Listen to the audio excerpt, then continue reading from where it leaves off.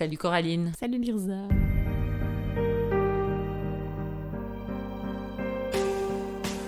Comment vas-tu? Mais ça va bien, ça Ouais. roule et toi? Ça va pas trop mal, je suis contente que ce soit l'automne. Il fait enfin plus 2000 degrés. Ouais, Oui, ma mère a dit. puis je dors bien, c'est cosy. Ouais, c'est ça. Bienvenue chez les poissons sans bicyclette. Merci. Cool. Aujourd'hui, pour la deuxième fois, nous avons ici notre résidente experte, Romy Sigrist. Bonjour Romy. Bonsoir. Bonsoir, en effet il fait noir.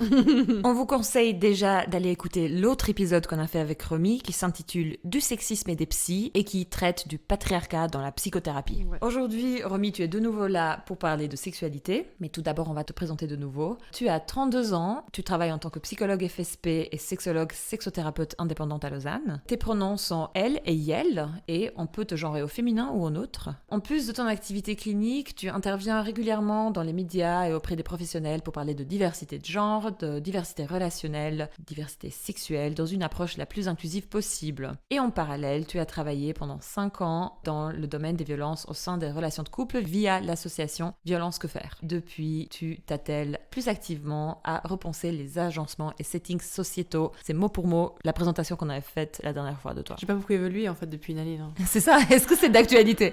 Ça reste d'actualité, on n'a jamais fini de repenser les choses. Aujourd'hui, on va parler donc de sexualité en commençant par le script prédominant de la sexualité, c'est-à-dire celui qui pense les rapports sexuels comme un rapport avec la pénétration au centre, qui commence par des préliminaires et qui se termine par un orgasme. On va discuter en quoi ce script peut être problématique, en quoi il est centré sur le plaisir masculin, il est très androcentré, et comment on peut en fait penser des nouvelles sexualités et repenser les choses différemment. Pour appuyer l'idée que ce script est et peut être problématique, il y a des études qui sont assez flagrantes, qui parlent de ce qu'on appelle le fossé orgasmique, même si ça reste que l'orgasme n'est pas le but d'un rapport sexuel. Il y a une étude au Canada récente qui a recensé que 86% des hommes cisgenres déclarent avoir eu un orgasme dans leur dernier rapport sexuel, contre 62% des femmes cisgenres. Et beaucoup remarquent et le disent qu'une relation sexuelle normale, entre guillemets, consiste en la pénétration du vagin par le pénis. Et ça met complètement de côté toute autre forme de stimulation, et notamment celle du clitoris. D'autres études montrent que dans les couples 6-7, 66 des femmes atteignent l'orgasme contre 95 des hommes, 6 toujours. Et après, il y a une étude qui est assez flagrante. Moi, ça m'a choqué un petit peu. Les mecs 6-7 disent qu'ils ont un orgasme 95% des cas, suivi de près par les mecs gays qui disent 89% des cas, ils ont un orgasme. Ensuite, suivi par les mecs bi, 88, les femmes lesbiennes 86, les femmes bi 66, déjà là on voit un gros ça gap. descend grave, et les femmes hétéros 65. Et la dernière statistique qu'on va balancer ce soir, c'est que 95% des hommes hétéros éjaculent. Après, éjacule, ça ne veut pas dire orgasme, mais éjaculent lors de leur rapport sexuel, alors que seulement 18% des femmes disent avoir un orgasme d'un rapport sexuel où il y a uniquement une pénétration vaginale. Le chiffre le plus... comme tu dis. Inspiré de ce que tu as dit la dernière fois, Romy, c'est bien de déconstruire tout ça, mais c'est aussi important de reconstruire autre chose en parallèle. Donc aujourd'hui, c'est ça qu'on va faire, c'est qu'on va commencer par la déconstruction de ce qu'on nous a appris, de l'histoire prédominante qu'on se raconte, des injonctions et ce qu'on imagine de la sexualité, pour ensuite essayer d'élargir les champs et explorer différentes manières de voir la sexualité. Tu me regardes de manière très sceptique, tu n'y crois pas? Si, on va essayer. Et donc, on va commencer par toi, Romy, qui nous expliquait la dernière fois les différents modèles sexos qui existent. Et on va suivre par la cis-hétéronormativité, le rôle de la pornographie et la violence. Pour commencer, tu nous en avais parlé des 4 phases de Masters and Johnson. Est-ce que tu peux nous expliquer un petit peu ce que c'est? Alors, c'est un des modèles en sexologie qui a été élaboré par donc Bill Masters et Virginia Johnson dans les années 50. Vous avez peut-être vu Masters of Sex, la série qui en parle. Et donc voilà, ils s'en ont dit, mais qu'est-ce qui se passe en fait pendant la sexualité? Et donc, c'est les 4 phases en fait d'excitation sexuelle. Avec cette phase en fait d'excitation qui va prendre avec les corps caverneux qui vont s'engorger, la vasodilatation, la phase plateau qui est un peu la phase où on surfe un peu sur la vague de plaisir, une phase orgasme, ou plusieurs orgasmes si les personnes sont multi-orgasmiques, mais dans leur phase, c'est plutôt genre très cisgenre et hétéro. Les hommes ont un orgasme, et puis après une phase réfractaire, où ils ne peuvent plus bander pendant un certain temps, ce qui n'est pas le cas en fait des femmes cisgenres, et qui peuvent avoir plusieurs orgasmes, et puis continuer finalement ce rapport. Puis on voit, c'est que ce modèle, où ils ont vraiment regardé au niveau physiologique ce qui pouvait se passer en sexualité, était en lien avec aussi déjà le script sexuel très reproductif, pénétratif en jeu, mais continue en fait d'influencer. C'est quoi un rapport sexuel ? Un rapport sexuel, il doit y avoir du coup pénétration et orgasme. C'était assez génitocentré comme physiologique et génitocentré comme étude. Mais donc voilà, c'est un modèle qui reste intéressant pour comprendre quand les personnes viennent en consultation où est-ce qu'elles éprouvent une difficulté. Est-ce qu'en fait c'est dans la phase justement d'excitation, où il n'y a pas de phase plateau entre guillemets, ou de surfer sur un peu du plaisir ou une stabilité un peu de la sensation, puis qu'il y a tout de suite un orgasme. Dans les cas d'éjaculation rapide, par exemple, ça peut être le cas, c'est qu'il y a une éjaculation, il y a un orgasme, plutôt une décharge orgastique plutôt qu'un orgasme. Si on part du principe que la décharge orgastique, c'est un peu le mécanisme physiologique de la décharge énergétique et la résolution en fait de l'excitation sexuelle qui peut prendre place, mais qui n'est pas forcément l'orgasme comme on peut l'entendre avec ce côté de satisfaction, le côté émotionnel qui peut être en jeu. Et donc, pas mal de personnes vont avoir ça et ne pas ressentir de satisfaction. Donc, c'est-à-dire qu'il y a un orgasme au niveau physiologique, mais il n'y a pas la satisfaction. Ouais. Donc, dans toutes ces études, comme tu le mentionnais avant, on parle de taux d'orgasme, en fait, mais questionner la satisfaction, c'est encore différent. Ouais. Après, ce qu'on voit, c'est que parfois, la satisfaction, elle est mise assez basse. Il y avait une étude, je crois, qui était américaine aussi. Qu'est-ce qu'un rapport sexuel satisfaisant ? Et pour les femmes, majoritairement cisgenres et hétéros, c'était ne pas avoir mal pendant le rapport. Wow. Et c'était ça qui était un rapport sexuel satisfaisant. Ouais, c'était pas souffrir. Là, vraiment, je pense qu'on voit déjà, parce que vivent déjà pas mal de personnes dans la sexualité, et comment, très souvent, ça peut être en lien aussi avec ce script pénétratif. Il y a des mécanismes d'excitation qui sont pas, en fait, au même rythme. Donc, dans un couple hétéro, par exemple, tu as certaines personnes masculines qui vont plutôt avoir en fait une excitation rapide et peuvent être prêtes à pénétrer très rapidement, puis la personne qui va recevoir la pénétration a des fois besoin de plus de temps pour être en condition de bien recevoir. Il suffit pas de mettre du lubrifiant, même si le lubrifiant reste important pour dans la sexualité et très intéressant même quand il n'y a pas de pénétration. Voilà, je sais plus pourquoi je suis arrivée là-dessus. Parce qu'on t'a dit parle, Romy. La question c'est ça, parle. Voilà, orgasme pas égal satisfaction. Après, c'est de voir aussi qu'est-ce qu'on entend par satisfaisant. Puis là, il y a tout à repenser de comment est-ce qu'on peut être satisfait et avoir du plaisir aussi, et une connexion avec l'autre, et qui n'est pas juste ne pas avoir mal. Parce que c'est assez dramatique d'en arriver à cette conclusion-là. Dans ce script sexuel qu'on va développer peut-être plus tard aussi, mais cette idée que finalement, une sexualité, un rapport sexuel, c'est des préliminaires, peut-être un peu de sexe oral, peut-être un peu de sexe manuel. Ensuite, il y a la pénétration, puis peut-être le coït. Donc préliminaire, c'est préliminaire à quelque chose, puis donc c'est la pénétration en général phallo-vaginale quand on est dans une relation où il y a ces organes en jeu. Puis après, effectivement, éjaculation, orgasme, et puis fin du scénario. Puis on se dit, ça s'arrête quand il n'y a plus d'érection du pénis, quoi. C'est clair que c'est un modèle qui favorise aussi cette représentation, qui aurait une logique dans le rapport sexuel qu'il faut tenir.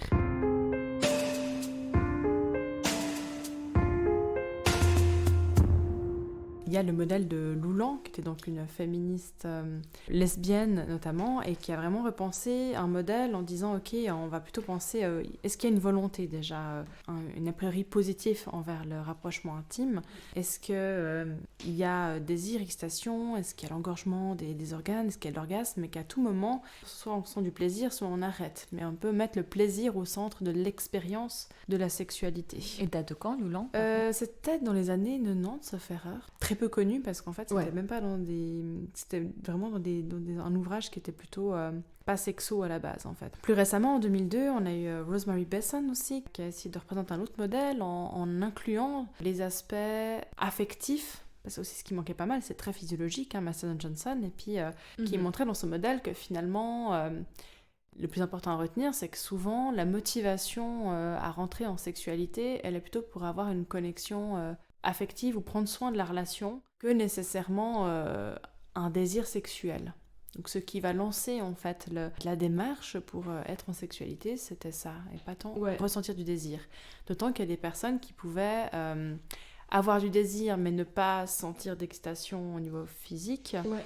Et l'inverse, c'est pas parce que on a une excitation physique qu'on a du désir ou qu'on a envie ou qu'on consent à une relation. C'est vrai que cette notion de consentement, on la redéveloppera plus tard, mais c'est pas rien parce qu'on imagine que si la personne mouille ou a une érection, c'est qu'elle est consentante ou qu'elle a du désir, alors que ça c'est pas forcément le cas.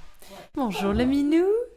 We're talking about pussies. Bon, alors là, c'était moins axé sur vraiment au niveau physiologique ce qui se passe, parce qu'à part ça, au niveau physiologique, le modèle de Master Johnson reste intéressant, mais c'est plutôt dans le sens qu'il amenait un peu une continuité, puis une impossibilité de dire, mais en fait, on peut arrêter à tout moment, il n'y a pas forcément avoir l'orgasme pour dire que c'est fini. Ouais. Tout comme il y a des personnes qui auront peut-être besoin de décharger la tension qui aurait été accumulée pendant la phase excitatoire, puis que c'est vrai que se sentent mal s'il n'y a pas eu cette décharge orgastique ou orgasmique, mais je pense que ces éléments aussi, c'est de se dire que voilà, le désir c'est différent de l'excitation, que les mécanismes d'excitation sont en partie réflexes, c'est-à-dire que quand il y a un stimuli suffisant, il y aura érection du clitoris, du pénis, lubrification, mais que ça ne veut pas dire qu'il y a consentement. Ça, je pense, c'est quand même un point important, parce que même on voit dans les relations de couple, à un moment, il y a une mécompréhension aussi de ces signaux, et quand même beaucoup de personnes qui commettent des viols sans se rendre compte que c'est une agression sexuelle, parce qu'elles auront connoté ça comme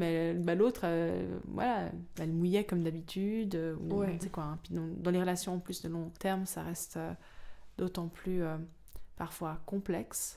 Après, il faut toujours se méfier les premiers temps dans une relation, faut pas se méfier, mais le désir sexuel va être présent différemment qu'après quelques mois ou quelques années. C'est pas un indicateur de l'intérêt général qu'a une personne pour la sexualité. Oui.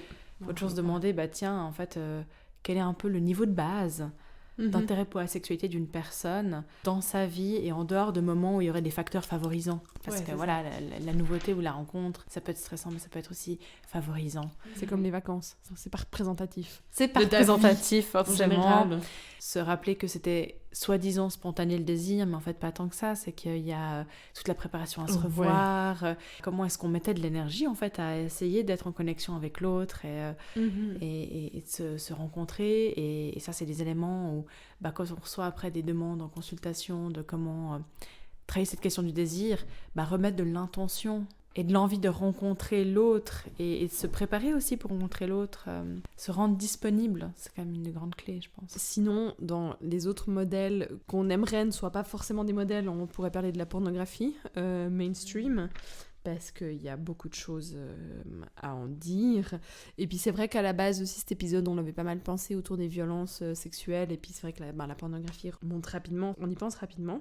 Avec l'avènement de la pornographie, il y a beaucoup d'évolutions en fait. La fameuse première fois, par exemple, n'a pas forcément beaucoup évolué ces derniers temps. Par contre, ce qui a changé, c'est le script sexuel. C'est ce qu'on performe en fait. Et aussi que des choses, des actes qui étaient considérés il y a encore quelques temps comme du hard, par exemple comme des gifles, des fessées probablement, des gorges profondes, des deep throats, étaient considérés comme hard, et maintenant c'est assez basique dans le porno en fait, tout simplement. Bon, déjà je pense qu'on peut déconstruire l'idée de la première fois. Oui. Et quand même, en fait il y a des premières fois. Ça je pense c'est important de le rappeler, parce qu'il y a les premiers baisers, il y a les premières caresses, les premières léchouilles, il y a tout ça en fait. Et ça a une importance aussi, puis c'est un de nouveau, de la première fois, et la virginité, c'est quand même un concept très patriarcal et sexiste. La plupart du temps, quand même avec une dynamique très différente. C'est mal de perdre sa virginité. Pour une femme, c'est super de la perdre pour un gars. Ouais, et puis on perd un truc. Ouais, déjà on perd. Ouais, on perd. Donc voilà, les premières fois, il y en a plein. Il y a les premières fois avec les nouvelles personnes. Enfin, chaque fois est une première fois, je pense, déjà. Donc c'est bien de le rappeler. C'est vrai que ce qu'on trouve comme statistique, c'est que la première fois... Bon, déjà, il y a un manque d'éducation sexuelle. En France, c'est assez catastrophique. En Suisse, on est, je crois, à 11 heures en tout, parce qu'il y a genre des interventions d'1h30... Non, il y a 7 heures en tout, je crois. 7h30 d'éducation sexuelle dans le parcours scolaire. Ouais. Il y en a en 3P, en 6P, en 8P, puis je crois après en 11P, donc 4 fois. C'est pas chaque année, dans mes souvenirs c'était chaque année. Alors, non, ça aurait été cool, mais même chaque année, en fait, 1h30, ça appelle le temps de se présenter, de dire qui on est, de faire contact avec les élèves, et hop, c'est rien du tout, mais c'est déjà là, et c'est déjà mieux que dans d'autres pays, c'est certes. Mais donc, en fait, il y a un manque d'éducation à la sexualité. Parce que même s'il y a ça, il n'y a pas le temps de tout aborder. Une bonne éducation sexuelle, c'est une éducation sexuelle finalement qui va se répéter un peu dans le quotidien, sans créer des discussions qui vont avoir lieu régulièrement autour du consentement, autour du rapport au corps, autour de c'est quoi le désir. Là, quand c'est des interventions ponctuelles, c'est bien, mais c'est pas suffisant pour ancrer les choses. Les jeunes, en fait... déjà, sont très curieuses et curieux et ont envie de se dire, ok, comment est-ce que je peux avoir des informations sur la sexualité, et se tournent quand même beaucoup, se tournent ou sont exposés, parce que quand même, la majeure partie des enfants ont été exposés à du porno avant 12 ans. C'est petit, c'est pas forcément que eux sont tombés dessus, mais parfois qu'on leur a montré. Donc des fois, dans les cours aussi de récréation, les plus grands vont aller... faire choquer les plus petits. La question, c'est pas est-ce qu'on en parle ou pas, c'est quand en parler, puis en fait, il faut en parler. C'est pas si on n'en parle pas, ça va pas se passer, parce que la réalité est tout autre. Mais c'est vrai qu'après, dans ce porno accessible, mainstream, qui est une industrie énorme et qui a plein de problèmes, comme on peut l'entendre dans les épisodes de Coups sur la table notamment, dans ce porno mainstream, finalement, on est plus dans du film porno, parce que jusque-là, il y avait quand même des films avec des scénarios. On pouvait voir, entre guillemets, le consentement avant. Là, on est dans la vidéo porno. La vidéo porno, c'est vraiment un rétrécissement sur l'acte sexuel, mais qui enlève plein d'éléments, en fait, contextuels. Et qui va s'axer sur les pratiques. Et donc, effectivement, on est beaucoup sur... manuel, oral, sur elle, après sur lui, c'est une question hétéro... Pénétration vaginale, maintenant même pénétration anale, éjaculation, et c'est fini. Et ça, c'est un peu ce qui va faire le nouveau script sexuel. Et c'est la première fois, c'est plus juste avoir une pénétration vaginale, phallo-vaginale, ça va être performer et donc être un ou une bonne amante, ça va être faire tout ça. Et donc, si l'âge reste autour de 17 ans, pour les premières expériences relationnelles, sexuelles, eh bien, ce qu'on voit, c'est que maintenant, c'est plus tant... la première fois qu'on fait une pénétration, c'est vraiment... on va tout faire en une fois. Il y a plus cette découverte, des fois, progressive des différentes pratiques. Il y a cette pression à la performance, d'être bonne amante, et puis de savoir tout faire. Alors que, non, en fait, on va de toute façon s'expérimenter. Déjà, bien sûr, on peut se découvrir soi-même par la masturbation, mais aussi, c'est dans toute la vie qu'on va développer ses compétences. Mais il y a cette pression à être performante sexuellement. C'est quelque chose qu'on voit beaucoup plus maintenant et qui peut être lié en partie à cette accessibilité au porno, puis bien sûr à des valeurs patriarcale et capitaliste de performance de satisfaction. Puis on voit aussi que les femmes vont avoir plus tendance à aussi avoir une charge érotique, à devoir, elles, prendre le temps d'investir pour prendre soin de la sexualité du couple. Donc là, je parle, les plus jeunes aussi, mais il y a quand même cette pression à « je dois faire plaisir au mec ». Pour être valorisée et avoir une place en tant que femme socialement, il faut quand même avoir des privilèges de beauté, de sexiness. Voilà, il faut être sur le marché, en fait, de la séduction, du désir. C'est quand même des corps qui sont utilisés pour vendre. Puis donc, oui, on dit « ah, les mecs ont beaucoup de désir », mais en fait...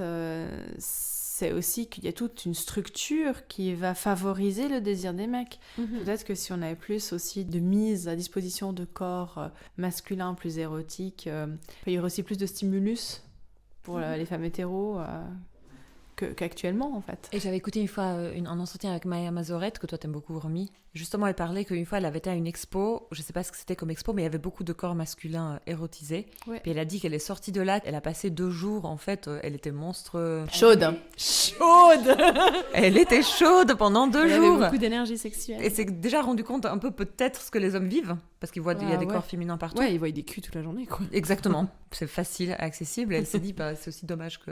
nous, on ne vive pas ça. Voilà, alors on pourrait aussi arrêter d'objectifier les corps, mais de manière générale.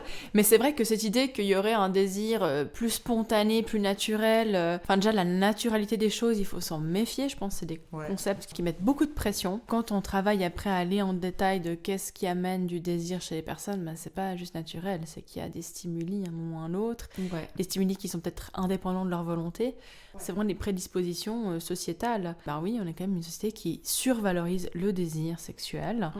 Et la sexualité quand même, il faut avoir la sexualité. Hein. Si on n'en a pas envie, c'est bizarre, c'est décrié. C'est quoi? C'est qu'on est frigide, c'est qu'on est un peu dérefoulé, c'est que... Le couple va pas bien. Alors que voilà, oui, la sexualité, elle peut être vachement cool, mais c'est cool aussi d'avoir d'autres intérêts. Manger une pizza, c'est super aussi, en fait. Oui. Regarder un film, c'est cool. Et... oui, la sexualité, ça peut faire du bien, mais ça fait du bien surtout quand elle est consentie et plaisante, en fait, pour la personne. Ouais, ça fait pas du bien en tant que tel. Et puis tu parlais vraiment de ce côté construit. Enfin, c'est une conversation que j'ai eue récemment avec une thérapeute qui justement disait, en fait, parce qu'on parlait de langage de l'amour et du contact physique, et qu'effectivement, on parle souvent d'asymétrie de libido dans les couples, et ce cliché de les hommes ont toujours envie. Et c'est vrai qu'elle a mis une chose en lumière qui semble évidente, mais à laquelle j'avais jamais pensé, que finalement, oui, les hommes ont, entre guillemets, beaucoup plus envie, mais aussi parce qu'on ne les sociabilise pas à l'affection. On câline moins des garçons, on leur dit moins que c'est ok tout ce côté en fait rapprochement physique, et que finalement un moyen qu'ils atteignent ça, c'est au travers du sexe, d'un rapport sexuel. Et puis ce qui fait qu'il y a souvent les mecs qui veulent plus, quoi. Mais où est-ce que j'avais vu ce truc qui disait genre pour les hommes un rapport sexuel c'est un pléonasme? Je crois que c'est Valérie Solana. On revient toujours à elle. On revient toujours à Valérie Solana. Juste pour revenir un peu au porno, enfin on imagine que ça découle un peu du porno, mais des chiffres que Sophie Lirz a trouvé sur une étude menée par la BBC au Royaume-Uni et publiée très récemment, qui mettent que 38% des femmes britanniques de moins de 40 ans ont été maltraitées pendant des rapports sexuels, et notamment avec des actes comme des gifles, étranglés, bâillonnés, et ou se sont fait cracher dessus contre leur gré. Ou sans leur consentement en tout cas. C'est là où je ferai le lien avec la vidéo porno qui n'amène pas d'éléments autour du consentement. Ce qu'on peut voir aussi comme évolution dans la vidéo porno mainstream, c'est que maintenant, prendre à la gorge, donner une gifle ou fesser, ça fait partie en fait d'éléments qui sont dans la vidéo, qui est offerte sur la page d'accueil presque. Il n'y a pas à aller dans un truc hard pour voir ça. Ouais. Et donc c'est vrai que ça a normalisé tout un tas de pratiques de violence physique finalement dans le rapport sexuel, dans le script sexuel standard. Alors que prendre à la gorge, cracher, fesser, gifler, c'est des éléments qui doivent être discutés avant. Ça peut être ok d'aimer ça, de le faire, de le recevoir, mais c'est vraiment doit être discuté. En fait, c'est des agressions sexuelles dans le cadre d'une relation, des agressions physiques, pardon, dans le cadre d'une relation sexuelle consentie. Cette étude, elle met vraiment ça en valeur. C'est j'ai consenti à baiser avec quelqu'un et en fait, je me suis fait agresser physiquement pendant ce rapport sexuel. Ces vidéos porno mainstream, elles créent une forme de norme de c'est comment que le rapport sexuel, qu'est-ce qui est ok ou pas dans la sexualité, avec une pression à performer certaines pratiques alors qu'on n'a pas forcément envie. Ces violences physiques dans le cadre d'une relation sexuelle consentie, c'est assez alarmant, je pense. Et puis là on gagnerait à parler de comment négocier ces pratiques auparavant, comme ça peut se faire dans le BDSM, qui peut y avoir aussi des pratiques assez hard ou choquantes pour certaines personnes, mais qui nécessitent tout un cadre de soins avant, après la relation.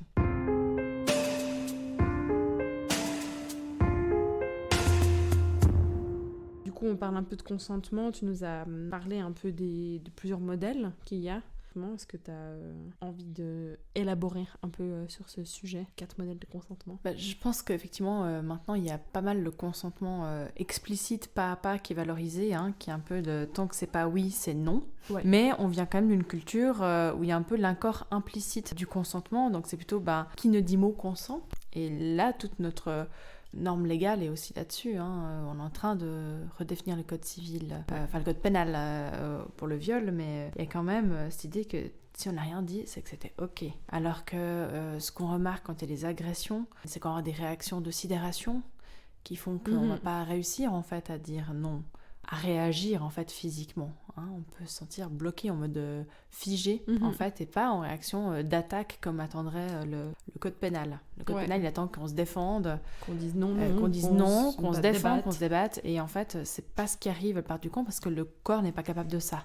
C'est tellement choquant qu'en fait il y a une dissociation qui se met en place, une forme de sidération. Là on va dire l'esprit se protège et puis le corps va se protéger parfois aussi en continuant à répondre aux stimuli en fait quand même sexuels, d'où le fait qu'il peut y avoir une érection, qu'il peut y avoir de la lubrification, des orgasmes, mais ça veut pas dire que c'est consentant.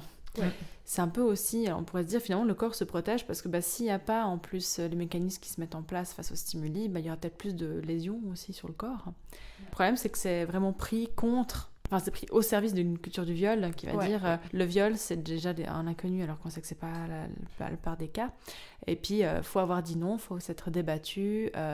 Et puis si du coup il y a eu du plaisir sexuel perçu, c'est qu'en fait elle le voulait bien, il le voulait bien. Oui. Donc là on est en gros décalage avec les connaissances qu'on a en psycho et en sexo. Au niveau de cette norme. Après, il peut y avoir aussi des accords, si on revient au consentement, via l'interaction. Donc, dans le milieu libertin, c'est un peu, on sait que c'est un cadre où tant que c'est pas non, c'est oui. C'est pas qui ne dit mot consent, c'est tant que c'est pas non, c'est oui. Donc, on va essayer, puis on peut dire non, puis on dit ok, mais en fait, on va quand même essayer avant de demander. Oui. Ce qui peut amener, du coup, aussi parfois des situations d'agression. Puis, il y a aussi le modèle du consentement d'accord cadrant. Ce qu'on va plus trouver dans les modèles BDSM notamment, ou certains milieux sexpo, mais où les choses vont être vraiment discutées, le consentement est négocié avant, chacune pose ses envies limites, on va avoir pas mal de soins avant, après l'interaction, parce qu'on sait que là on va peut-être faire des pratiques qui peuvent être émotionnellement demandantes, physiquement demandantes. Donc voilà, donc c'est vrai que ce consentement, c'est de savoir dans quel un peu modèle de consentement on est, et là on en parle de plus en plus, je pense, de l'accord explicite, mais voilà, de garder en tête qu'il y a différents modèles, différentes manières de l'amener, et qu'en fait le consentement ça peut être hyper excitant, parce que un des grands enjeux de la sexualité c'est trouver du plaisir dans de la sécurité, et la sécurité va permettre le plaisir. Il faut trouver de la stimulation et un peu de nouveauté tout en maintenant la sécurité, plutôt, c'est ça que je voulais dire. La sécurité va permettre aussi le plaisir et la satisfaction. Ça va complètement à contre-courant en fait de cette idée un peu que le consentement c'est pas sexy, que de devoir demander et puis discuter avant. C'est comment on le fait. Si on fait l'enfant face à l'autre, c'est des fois pas forcément sexy. Exactement. Allez, s'il te plaît. C'est autre chose. Mais après d'arriver en disant j'ai très envie de faire ça avec toi, ou de dire aussi si jamais t'as envie de faire ça, sache que je suis ok, ou tiens, est-ce que je peux. Je sais qu'il y a eu un récit aussi d'une personne qui me disait la personne que j'ai rencontrée avant qu'elle me doite, elle s'est arrêtée comme ça, elle m'a fait mais est-ce que je peux. La personne m'a dit mais c'est la première fois qu'on me demandait ça, et je trouve ça tellement excitant en fait que quand on me regarde dans les yeux comme ça, puis qu'il y ait cette main prête à venir, mais qu'en fait je puisse dire oui ou non, puis que le oui en plus c'était d'autant plus oui, puis du coup bam, c'était vraiment du pénétratif, alors pour le coup digital, mais super plaisant, et donc oui, ça peut être hyper excitant. On a parlé aussi un peu de ça et faire le lien un peu avec l'érotisation de la domination et de la maltraitance et du viol, parce que Lirza nous a donné une très belle phrase que je trouve très parlante de Mona Chollet qui dit « Tous nos fantasmes sont issus de la culture du viol ». C'est peut-être pas copier-coller comme ça, mais... Alors voilà, elle s'excuse. Je l'ai fait de tête. Mais qui est une phrase, effectivement, je trouve ça très révélateur, et puis effectivement très intéressant de penser que, voilà, il y a des fois ce côté à dire les fantasmes. Oui, il y a des femmes qui fantasment du viol, alors que c'est censé être horrible, et puis finalement ça les fait fantasmer. Oui. Mais en fait, parce qu'on a vécu dans la même culture que les autres gens. Et puis ce côté, autant genre le consentement c'est pas sexy, mais autant genre s'il n'y a pas de transgression, c'est pas sexy, il y a aussi ça beaucoup. S'il y a pas de l'interdit, ou s'il n'y a pas... C'est vrai que le côté interdit est hyper présent. Ouais. Ce qui est aussi important peut-être à soulever, c'est que la sexualité, c'est vraiment que de la sexualité. Et puis qu'est-ce qu'on recherche en ayant de la sexualité, déjà, Pourquoi est-ce qu'on fait du sexe? Et là, comme tu le disais avant, beaucoup de personnes, c'est plutôt un besoin affectif, de se sentir connecté à l'autre, ou de se sentir aimé par l'autre. Tout comme pour d'autres personnes, ça va être plutôt un facteur anxiolytique. Je vais défaire une charge de tension que je sens, puis en fait, des fois les personnes anxieuses vont connoter leur anxiété comme étant de l'excitation sexuelle, parce qu'il y a un peu des mécanismes similaires de contraction, on va dire, musculaire dans le corps, et ils vont dire en fait je suis tout le temps excitée moi. En fait t'as un trouble anxieux, mais mais en même temps j'ai envie de dire c'est moins cher que les anxiolytiques, et il y a une dépendance limitée. À un moment c'est être autonome dans la gestion de son anxiété, et c'est ok, et il peut y avoir aussi la recherche du plaisir, un peu un mode hédoniste comme ça autour de la sexualité, voilà. Vous ne voyez pas, mais il y en a qui aiment bien décaloter des petits pois, en fait. Ah, pardon, oui. Lisa enlève les poils de ses chats sur les edamame qui viennent de tomber par terre. Comment on balance? En même temps, ça s'entend, alors vraiment. Donc voilà, et en sexo-analyse, notamment, une des formations que j'ai eues, Il y a aussi cette idée que la sexualité aura donc des fonctions défensives, des fonctions complétives, des fonctions hédonistes. Au niveau de l'érotisme aussi. Les fantasmes qu'on peut avoir peuvent avoir ces connotations-là là-dedans. On va chercher à être proche de l'autre, une forme de fusionnalité, de rapprochement, ou est-ce que c'est des fantasmes destruction, d'hostilité, d'échange de pouvoir Les érotismes, ils sont pas mal en lien avec la société ou les structures sociétales, parce qu'on n'est pas juste des êtres tout seuls où tout se passe de manière autonome. En fait, on est un peu interdépendant avec plein de choses. Et puis, je prends l'exemple, quelqu'un m'a dit « Ah ouais, mais il y a quand même plein de féministes, quand même la journée, elles sont là à défendre, faut arrêter de nous opprimer, etc. » Puis en fait, elles rêvent que de se faire prendre contre le mur. Ouais, au lit, en fait, elles adorent être dominées. Alors bon, c'est un peu... Puis moi, j'étais genre... Et je vois pas, en fait, qu'est-ce que tu ne trouves pas logique là-dedans? Puis je pense un élément important à amener, c'est que l'érotisme, c'est aussi un facteur de résilience face à des traumas, face à des choses difficiles. Quand on prend plein la gueule à un moment, peut-être que tu vas érotiser ça pour transformer le trauma en triomphe. Ou même un événement de vie, en fait, qui a pu être marquant. Les voix jeunes, on va avoir des agressions, même physiques, c'est pas obligé d'être sexuel, mais qu'en fait, pour décharger l'intensité émotionnelle qu'il y a à ça, on va utiliser la masturbation, puis ça crée en fait un imaginaire un peu de domination ou de soumission. Finalement, la sexualité ou l'érotisme va venir réinvestir les lieux pour sauver en fait le psychisme. Et donner une contenance. Ouais. Bah voilà, je pense qu'on jouit comme on peut, en fonction aussi de ce qu'on voit, de ce qu'on vit. Ouais, quand elle le dit, Mona Chollet, issue de la culture du viol, il faut dire que la plupart des représentations de la sexualité qu'on a dans les films, dans les livres et autres, sont quand même beaucoup autour de ces enjeux, des enjeux de pouvoir, des enjeux d'agression. Ouais. De nouveau, ça transmet plein d'imaginaires sur ce que devrait être la sexualité et comment elle devrait être, et que ce ne l'est pas. Il n'y a pas que le porno. Et il n'y a pas que le porno qui amène ça. L'imaginaire du couple mono-exclusif qui va s'aimer pour la vie, et puis de l'âme sœur. C'est aussi hyper dangereux en fait, parce que ça enferme pas mal de personnes dans les relations. Ouais. Et ça va être un lieu aussi de mécanisme d'emprise, de dire jamais personne ne t'aimera autant que je t'aime. Enfin, c'est un peu des phrases typiques de relations toxiques aussi, ouais, ce que tu dis. Bah voilà, si on s'aime, on fait l'amour, puis si on fait l'amour, c'est qu'on s'aime. Et puis ça, c'est un peu des fois pernicieux, parce que dans les relations, il y a des violences, les formes d'emprise. Il y a tellement de stress qu'en fait, notre corps, il peut de nouveau être connoté comme étant excité. Parfois, il y a justement ces disputes qui se règlent sur l'oreiller, puis en fait, ça donne une intensité sexuelle de connexion très forte à ressentir, à vivre, et qui est quand même très bonne à un moment, mais c'est pas de la sécurité à ressentir, mais c'est quelque chose qui est hyper prenant, puis qui fait que les personnes, elles vont... d'autant plus avoir de la peine à se séparer parce que le sexe est si bon. Ouais, c'est aussi un truc qu'on entend souvent un peu. Ouais, le reste ça allait pas, mais le sexe, qu'est-ce que c'était bon. Et puis c'est vrai qu'on a tout un imaginaire de la sexualité qui doit être intense, qui doit être explosive. Exactement, ou un désir très présent, puis faut que ce soit sauvage. Alors que en fait, dans une rencontre sexuelle... peut vivre des choses incroyables en ne faisant pas grand-chose et en bougeant à peine. Mais on est pas mal dans cette société de il faut sentir plus, c'est varier les sensations, et puis encore plus de sensations, Puis comme il n'y a pas assez, on va passer à du chemsex, parce qu'en fait on va ressentir encore plus. Pas pour dire, il y a du chemsex qui peut être très cool, et c'est pas toujours pris dans une logique de plus. Non, c'est pas pour être dénigrant par rapport à ça, mais je pense qu'on gagnerait à une décroissance politique, sociale et sexuelle. Voilà, en fait. Slow sex. Oui, puis ça va aussi dans l'idée, en fait, on avait parlé aussi un peu des injonctions en préparant cet épisode, que les hommes ont forcément beaucoup plus de libido que les femmes, donc hommes cis, femmes cis. Et puis aussi, toutes ces injonctions par rapport au nombre de fois où on fait l'amour qui est obsédante pour un certain nombre de couples, en fait, de toujours se demander comment les couples autour de nous font l'amour, combien de fois par semaine, combien de fois par mois, et que c'est un truc qui est très présent, en fait. Et ça ne veut absolument rien dire, parce que des couples peuvent avoir des rapports sexuels très très très réguliers, et puis ne pas être satisfaits, alors que d'autres vachement moins, et puis... tout à fait bien le vivre. Bah exactement, puis il y a des couples qui s'aiment et qui vont passer le reste de leur vie ensemble et sans forcément n'avoir de sexualité aussi. Là, on est dans cette représentation de le couple contient de la sexualité, un peu l'escalator aussi relationnel. Bah, la sexualité, elle fait partie de ça.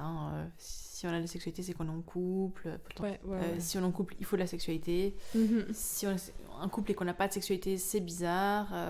Qu'est-ce qui va se passer? Alors qu'on peut très bien se mettre d'accord de ne pas avoir de sexualité ensemble. puis que chacune continue de se masturber si elle en a envie, Ouais. ou alors que chaque personne a de la sexualité avec d'autres personnes, puis que c'est ok aussi, et que c'est pas forcément une threat, Une menace. une menace pour la relation. Ouais, il y a quand même l'idée du couple monogame, exclusif, qui amène pas mal de stress autour de la sexualité. Ouais. Parce que c'est un peu le package all-in-one. Et du coup, s'il n'y a pas ça, vu qu'en plus notre société valorise énormément la sexualité, c'est que ça va pas aller. J'adore que c'est très simplement dit, ça amène beaucoup de stress autour de la sexualité, mais c'est vraiment ça. Oui, c'est simple. Ouais, c'est vrai que les premiers temps, des fois la sexualité peut être très intense avec un ou une nouvelle partenaire. Et on a toujours un peu cette inquiétude de mais alors si on a plus cette intensité-là, ça va manquer à l'autre. Et puis donc du coup, peut-être qu'on s'aime moins parce qu'on fait le parallèle sexe et l'amour. Hein. Surtout, il va y avoir l'attrait pour autre chose parce qu'en fait, on est des êtres quand même, à moins de vivre en ermite, je ne sais où, qui rencontreront d'autres personnes, qui ont vivre des émois érotiques, sexuels. Il y a presque un risque à ne pas les laisser se vivre parce que justement, on va dire, en fait, si je suis en relation mono-exclusive, je dois faire une croix sur la sexualité des premiers temps. Alors que maintenant, de plus en plus de personnes vont se dire, ok, en fait, peut-être qu'on peut gagner à s'autoriser en fait, une non-exclusivité sexuelle et qu'en fait, ça ne remet pas en question notre relation de couple parce que c'est pas la même chose. Une autre grosse injonction patriarcale et un peu sexiste aussi, c'est cette injonction que si on ne fait pas assez l'amour, en fait, malheureusement, l'autre ira voir ailleurs. Puis l'autre, souvent, on pense aux hommes, justement, vu que c'est eux qui sont censés avoir le plus gros drive sexuel. Et puis que ça fait que c'est pas simple. Et que ça met d'autant plus de pression dans les couples hétéros sur les femmes, en fait, avec, comme tu parlais avant, de cette charge sexuelle, en fait. Et qui peut pas mal se renforcer quand il y a la parentalité qui vient, quand il y a une disponibilité différente, en fait, à la sexualité. J'ai l'impression qu'il y a pas mal de pression à ce moment-là aussi. Hein. Et après, les chiffres montrent que, en fait, les femmes trompent autant que les hommes. Sauf qu'en général, elles sont moins prendre. Enfin, entendons-nous. Elles sont moins prendre par leur partenaire. Surprendre, voilà. Parce que... Mais c'est nouveau ça, c'est comme si ça allait être la fin du monde s'il y a une histoire sexuelle avec quelqu'un d'autre, alors que pas forcément. Après, ce qui est blessant souvent, c'est... Des fois, on peut comprendre, la plupart des gens vont dire, mais je peux comprendre en fait qu'on ait du désir pour quelqu'un d'autre, mais ce qui fait mal, c'est le mensonge. C'est le secret, c'est de réaliser, mais alors attends, c'est-à-dire que tu m'as menti, puis depuis combien de temps, à quel moment, puis ça vient vraiment ébranler la confiance. Ouais. C'est pas mal cet élément-là qui a travaillé souvent, c'est rétablir une forme de confiance. D'où le fait que maintenant, il y a souvent des couples qui en parlent assez vite de est-ce qu'on est non exclusif, puis comment est-ce qu'on gère ça, pour ramener de la confiance dans ces histoires, et puis éviter que... Vu que c'est pas abordé, parce que ça fait un peu partie de la norme, du package, puis on n'en parle pas vraiment, puis on va pas trop sortir de la norme, parce que ce serait bizarre, mais on va le faire quand même. Donc là aussi, un peu des cultures de l'adultère qui sont quand même plus présents chez les générations de 40, 50 ans que les générations plus jeunes, qui vont plutôt essayer d'un modèle non exclusif et en parler. Après, ça n'empêche pas qu'il y ait des trahisons quand même, parce que c'est parce qu'on est non exclusif qu'il n'y a pas de limite et qu'il n'y a pas, du coup... des limites qui sont dépassées, voilà, mais c'est un peu essayer d'appréhender ça autrement pour éviter de se faire du mal en fait avec des choses qui... Ce modèle un peu mono qui fait foi, qui fait une telle pression parce que c'est pas adapté à toutes les histoires en fait et à tous les couples. Merci.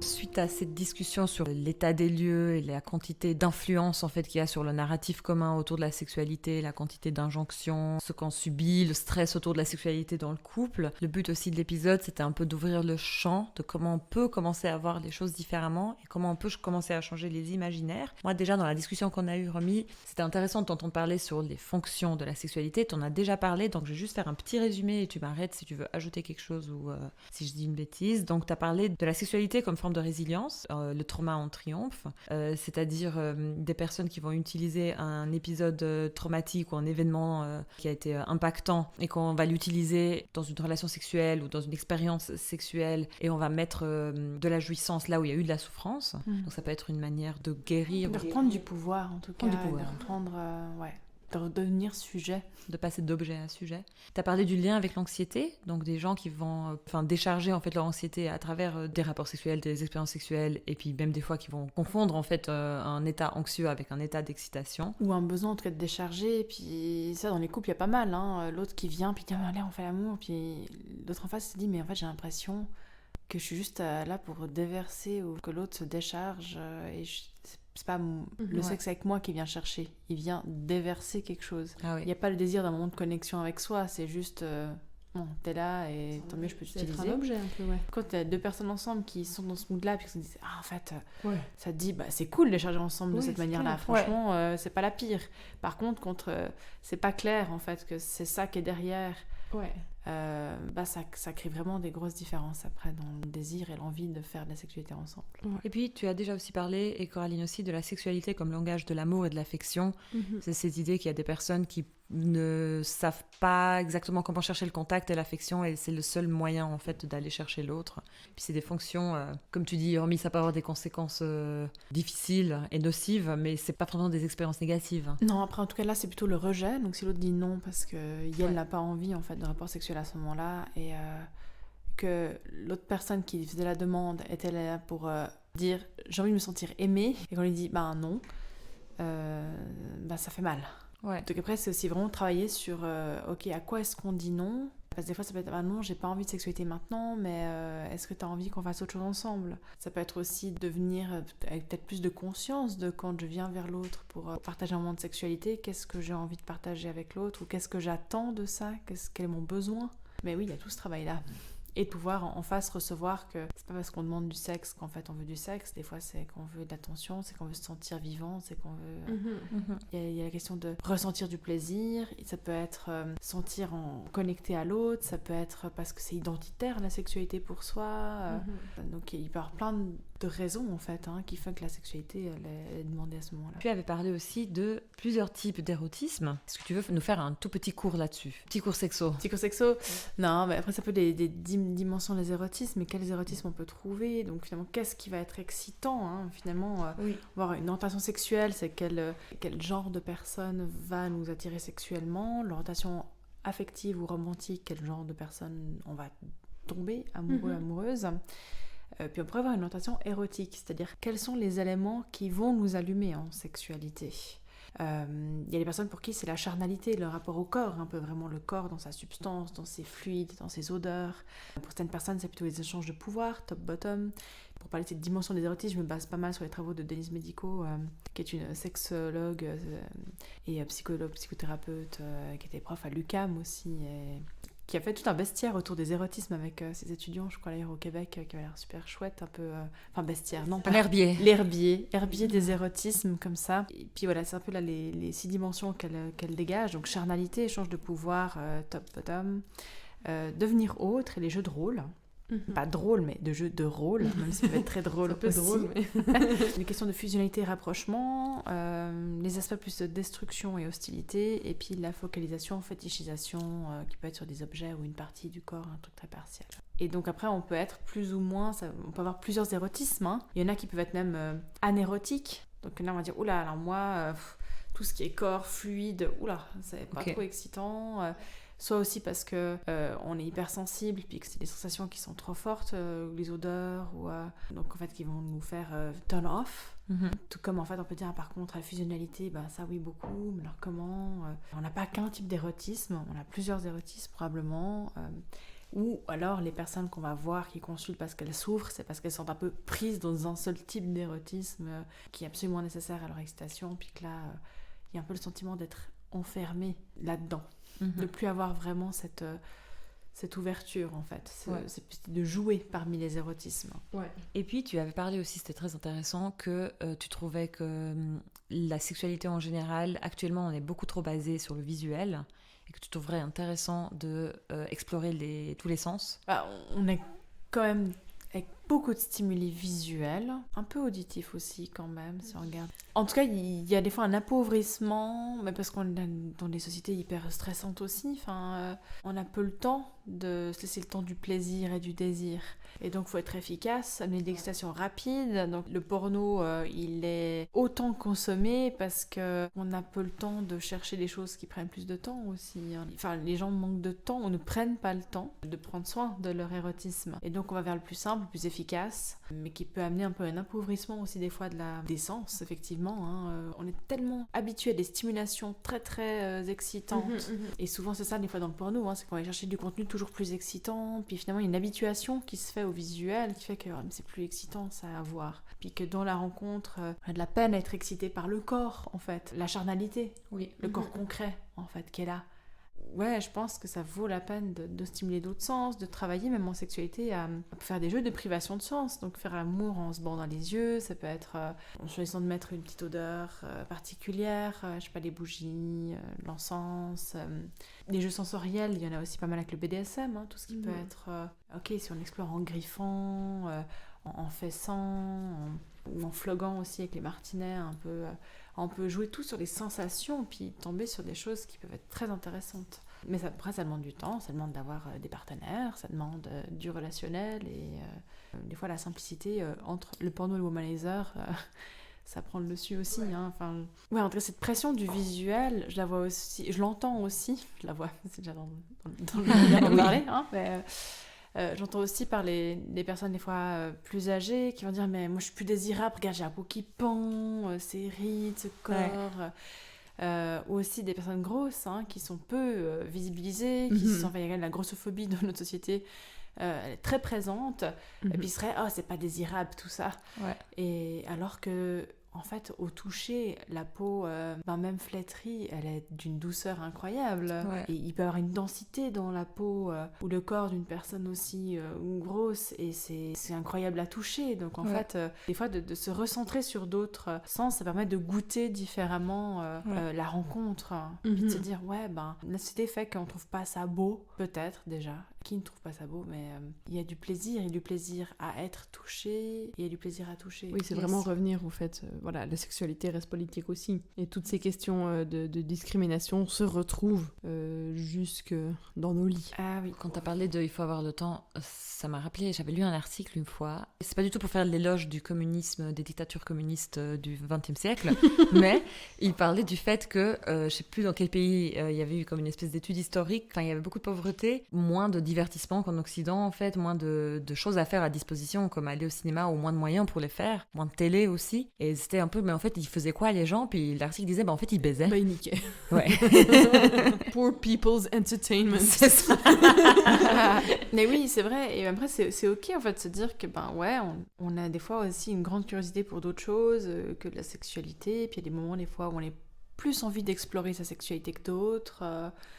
Plus de manière relationnelle qu'individuelle, et c'est ok en fait qu'il y ait ces mouvements-là, il n'y a pas à culpabiliser de ça. C'est cool aussi par contre de se sentir à l'aise dans ces différents modes en fait. Des fois c'est quand on se sent bloqué dans un mode ou trop stressé parce que ça fait trop longtemps qu'on ne s'octroie plus certains settings en fait de sexualité qu'il faut se questionner. Mais comme on disait un peu le script sexuel plutôt dans l'épisode, il est très génitocentré aussi. Oui. C'est-à-dire que c'est très les organes génitaux qui sont au centre de la stimulation orale, de la stimulation manuelle, de la pénétration. Alors que tout le corps, en fait, est un organe sensoriel, sensuel, et tout le corps peut être érotisé. Explorer le corps, redécouvrir le corps, les sensations, c'est vraiment important et intéressant.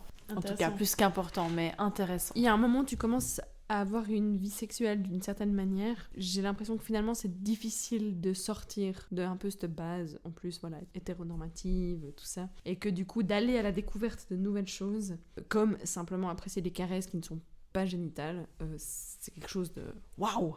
Vraiment, finalement, c'est sortir de sa zone de confort, en fait. Et puis, c'est un véritable effort à faire. C'est vrai qu'après, en relation de couple, ou quand en tout cas des partenaires commencent à bien se connaître, il y a un peu cette idée de l'entonnoir. Au début, on a testé plein de trucs ensemble. Puis après, en fait, on réduit un petit peu. Puis il y a nous un script propre au couple ou à la relation. Ouais. Parce que, je sais pas, il n'y a pas que les couples qu'on est... Voilà, mais, oui, bien sûr. Il y a un script qui devient un peu propre à la relation. Puis des fois, de réouvrir pour passer de l'entonnoir au diabolo. entre guillemets. Au sablier. Au sablier, voilà. Moi, j'aime bien le diabolo. C'est quoi un diabolo? Tu sais, t'as les deux baguettes et puis tu fais sauter ton sablier en plastique qui n'a pas de sable dedans. Ok. J'ai l'impression que c'est une activité très enfant 90s, mais... Ouais, bah écoute. Mais peut-être qu'il y avait... Ouais. C'était un machin. Mais voilà, évidemment, sablier. Mais sablier, c'est un peu fin quand même. Comment on a le diabolo, j'aime bien, c'est très large. Large. Le milieu est très mais c'est vrai que c'est pas du tout évident de reproposer d'autres choses parce qu'il y a tout l'imaginaire après de comment est-ce que l'autre nous perçoit, comment est-ce que nous on s'identifie dans la relation, comment ça vient toucher ça, de reproposer autre chose. Donc c'est pas évident. Et en même temps, on augmente clairement la satisfaction sexuelle en apprenant à mieux respirer, à mieux être présent dans le corps, dans les sensations, à se sentir vivant en fait en sexualité. Et il y a plein de personnes qui vont avoir du sexe très génital et puis avoir très vite envie de nouveau parce qu'elles ne sont pas remplies ou portées par l'échange érotique ou sexuel qu'il y a eu. Et parfois c'est parce que justement en fait c'était très génital. Ouais, ça a été consommé un peu. Ouais, un peu le quickie du. Ouais.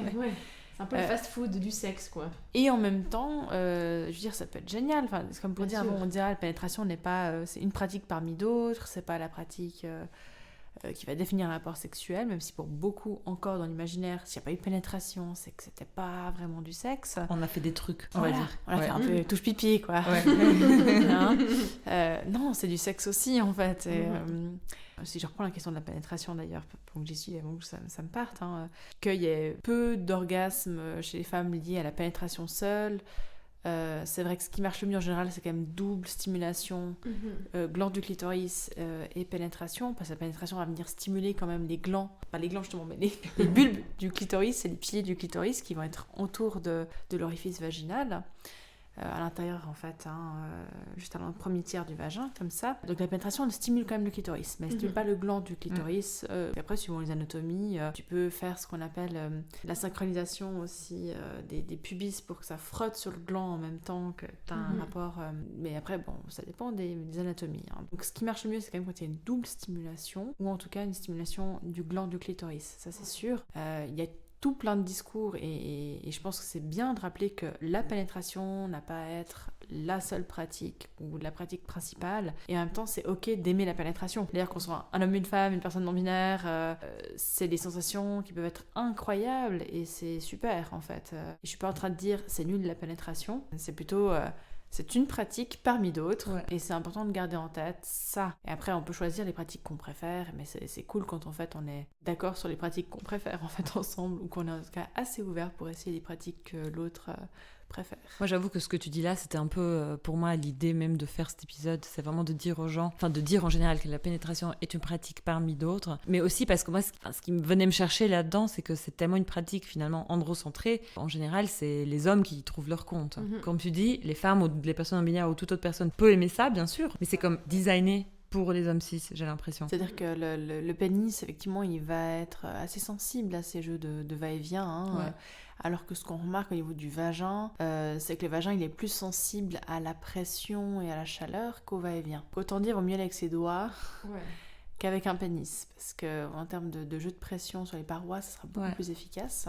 Quand on dit pénétration, quelle pénétration on parle ? Pénis-vagin, effectivement, c'est pratique pour faire des enfants, notamment. Mais en soi, sinon, la pénétration digitale, elle est super parce qu'on va être plus en lien avec les capteurs sensoriels du vagin. Après, pour la pénétration, on peut passer aussi à la pénétration anale, et il y a pas mal d'hommes hétéros qui aiment se faire pénétrer. Pas mal Pas mal. C'est vrai ? De plus en plus, on en parle de plus en plus, on autorise de plus en plus, mais le pegging, effectivement, gagne quand même en popularité, et c'est en tout cas un érotisme qui peut être très présent chez certaines personnes, Et c'est cool aussi, enfin vraiment, c'est vraiment que la pénétration, c'est juste qu'elle est pensée que dans un sens qui donne, qui la reçoit, alors que c'est une pratique qui peut être super, qu'on ait un vagin ou pas. Ça peut être super de la recevoir, même quand on n'a pas de vagin, et là, j'ai envie de dire, l'anus est très sensible, et ça peut être une expérience assez intéressante aussi d'aller explorer cette zone-là. Après, quand on parle de sexe anal, on imagine du sexe pénétratif, mais en fait, il y a toute une part du sexe anal qui peut être juste de stimuler vraiment l'anus en tant que tel sur son extérieur, qui est déjà des zones très sensibles.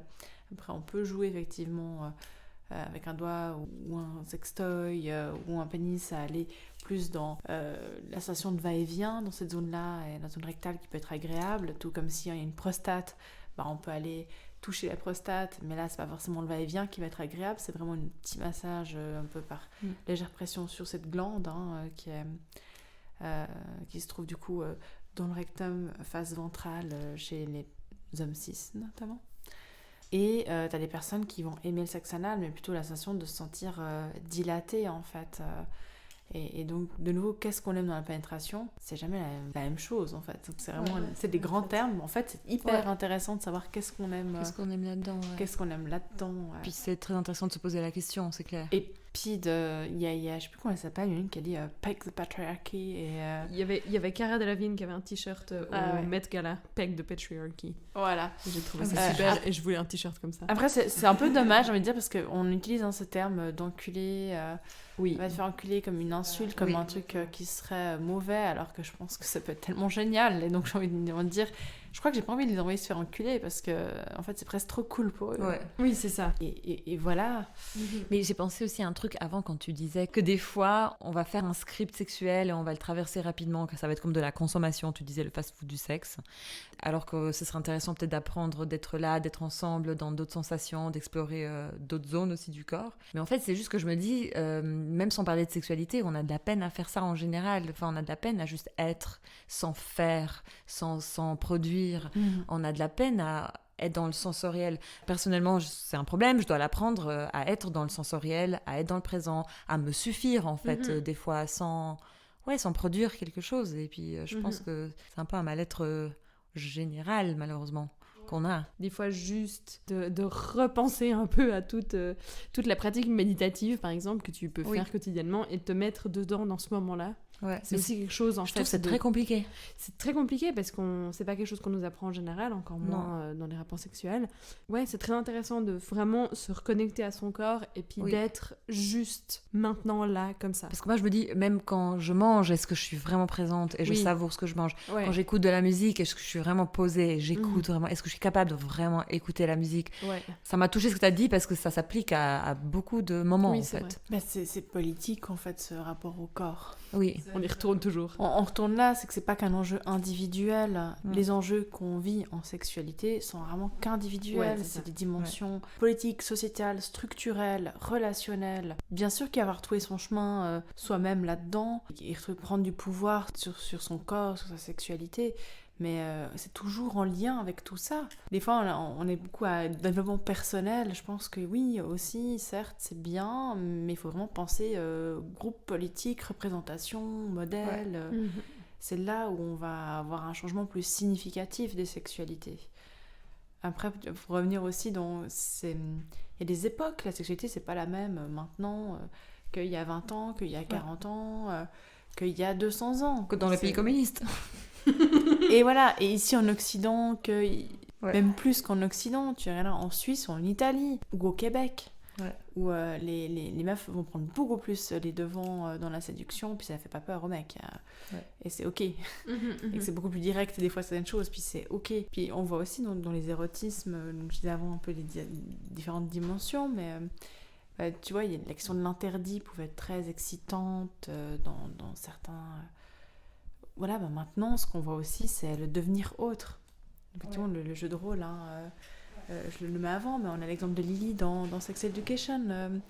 Mais parce qu'en fait, on a plus de supports qui nous amènent à ces érotismes-là aussi.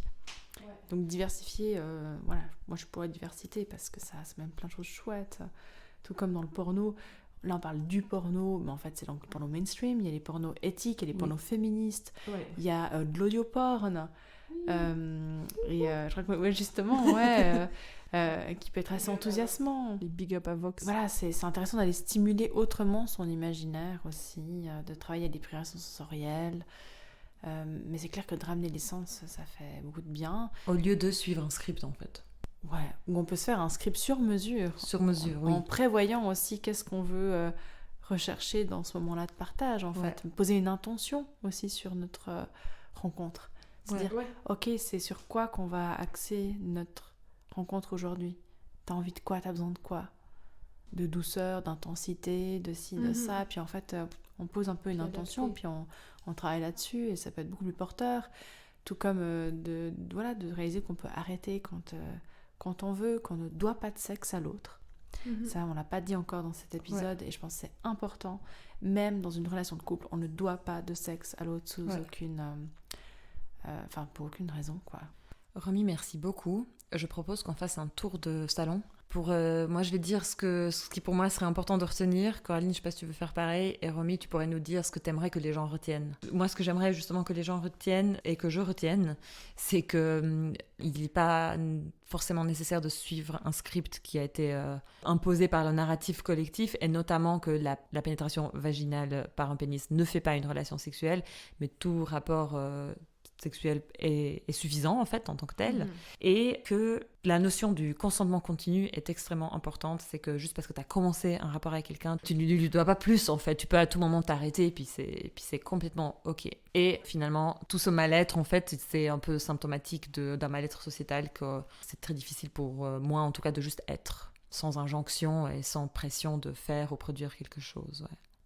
Toi, Coraline? Moi, je pense que c'est très important en fait de déconstruire la sexualité. Ça continue en plus ce que tu dis, mais que de se rendre compte que finalement notre sexualité est politique, comme Romy l'a dit, que ça s'inscrit dans un contexte spécifique, et que remettre en question les choses, c'est bien. Et que ça peut être dû justement de vous poser la question de qu'est-ce qui définit votre sexualité. Et comme aussi l'a dit Romy, si des femmes cis adorent la pénétration, c'est super. Il n'y a pas besoin de remettre ça en question. Mais que justement, en fait, il y a des choses qu'on fait par réflexe, par habitude, et parce que c'est ce que la société nous dit qu'on doit faire. Et alors qu'il y a beaucoup de plaisir qui peut se trouver dans plein d'autres pratiques et d'autres manières d'être lors d'un rapport, fatalement. Et que pas avoir de rapport, c'est ok aussi. Merci. Romy, toi, qu'est-ce que tu aimerais qu'on retienne? Merci pour vos retours, ça me touche aussi, cette notion d'être, juste être. Là aussi, je pense que la sexualité est un acte politique, peut être un acte de résilience face à ça. C'est un endroit où, au moment où on peut mettre des fois sur off les choses, se sentir pleinement là. Et des fois c'est par là que ça commence en fait. Ça peut être extrêmement réparateur, tout que ça peut être extrêmement destructeur suivant avec qui on le vit, mais ça peut être aussi un lieu de réparation énorme, et qui aura une aura dans notre vie quotidienne en fait, par la sexualité, par le vécu sexuel. L'autre point, c'est vrai que j'ai l'impression qu'autour de la sexualité, on est beaucoup dans des questions de stéréotypes de genre, à genrer la sexualité, à genrer les pratiques, en disant que telle pratique en fait aurait... la pénétration, de toute façon, c'est le vagin qui doit être pénétré. C'est les mecs qui pénètrent un vagin en plus, en général. On va genrer les pratiques, on va donner des orientations. De nouveau, si je suis un homme et que j'explore le sexe anal, c'est qu'en fait, je suis peut-être gay. Ça, c'est quelque chose que j'entends énormément encore, quand même. Mais donc, et donc, non, les pratiques n'ont pas de genre, n'ont pas d'orientation sexuelle. En fait, nos corps ont beaucoup plus de choses en commun que de différences. Donc c'est vrai qu'on parle souvent de les mecs, les nanas, les vulves, les pénis, etc. Et en fait, même anatomiquement, on a beaucoup plus de similarités dans les fonctionnements que de différences. Et de repartir peut-être de ça, j'ai moins mis en valeur aussi là, dans cet épisode, mais là je me disais, ok, il y a des différences, il y a des enjeux, mais en fait, c'est surtout les enjeux du politique patriarcal, en fait, et des stéréotypes de genre qui amènent ce sentiment d'incompréhension, de différence. Si on repart des corps, il y a plus de similarités que de différences. Il y a plus de plaisir possible de tout notre corps, que, en fait, tout notre corps peut être un lieu de jouissance, quand c'est consenti, bien sûr, à être exploré. Il n'y a pas à se forcer à explorer les choses, mais... Voilà, si je devais, j'ai envie de dire un peu des intentions qu'il y aurait peut-être à poser, ce serait ludicité, plaisir, et puis care, en fait, du soin aussi dans notre sexualité. Puis voilà, trouver un peu les mots phares qui font que on a envie d'être en sexualité. Il y a de l'ouverture, il y a du jeu, il y a tout ça, il y a de la curiosité. Soyez curieuses et curieux du corps. Merci beaucoup. Oui, merci Romy. C'était Merci cool à pour vous. toi de revenir, notre résidente experte. Mais tout à fait, maintenant je vais mettre au chat en plus qui est à l'intérieur. Au chat. Ouais. Au chat. Et au chat, allez les minous, bonne soirée. Merci beaucoup. C'était les Poissons sans bicyclette, le podcast indépendant basé à Lausanne. La musique est faite par les Poissons sans bicyclette. Et Romy. Et Romy. Romy qui nous a fait les interludes musicaux. Et probablement d'ailleurs Boréal, le chat de Oui. Mirza aussi.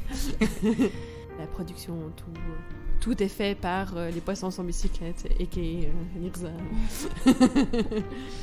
Et puis c'était donc Lirza. Romy. et moi-même, Coraline. Bisous. Merci beaucoup. Ciao. Ciao. Ciao.